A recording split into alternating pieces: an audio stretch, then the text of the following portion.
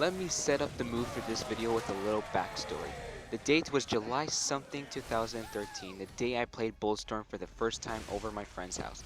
He had an Xbox 360 and I had a PS3. Anyway, I saw him playing this cool looking ass FPS and I was like, shit, this looks badass, can I try? He said sure, of course. I played the first mission and I instantly fell in love with the game. I then asked him if the store down the block that sells games was open and he was unsure. So we both went to check it out if it was open, and thankfully it was. And there it was, Bulletstorm for PS3.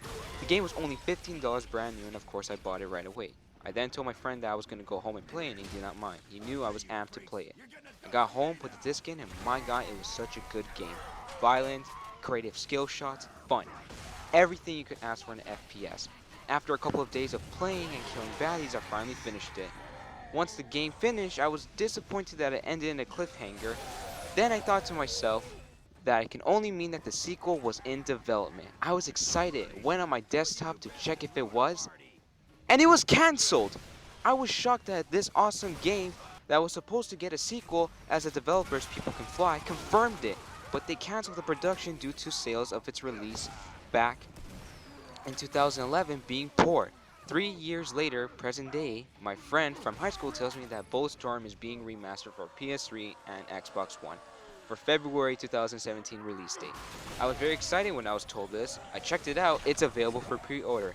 And if you happen to pre-order it, you get new levels, a new difficulty called Overkill, and you get to have Duke Nukem as a playable protagonist. I think having this being remastered is the perfect idea for the developers to see if the sales would go up this time to make a sequel. Welcome to Bollywood, guys, and this is why Bulletstorm deserves a sequel.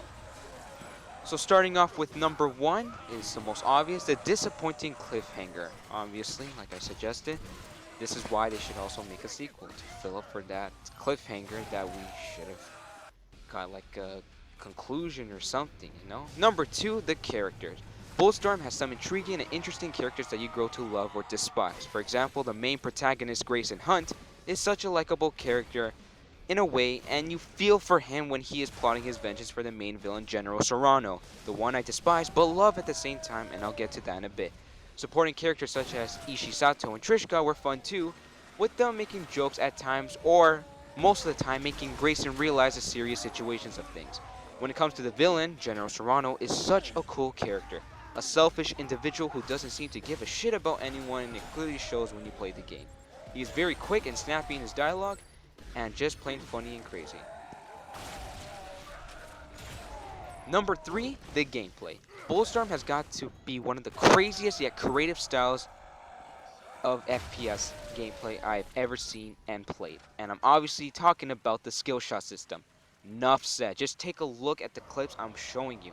That basically tells you everything about this game. And last but not least, number 4, the multiplayer. The multiplayer was good for what it was. I'm not sure if anyone was into the multiplayer when Bulletstorm released was back in 2011, but if you were, great. If the developers are able to make a second one with the sales up this time around, I'm very positive they can improve on the simple multiplayer they had offered. I think that was pretty much it of why this game deserves a sequel. Definitely check this game out if you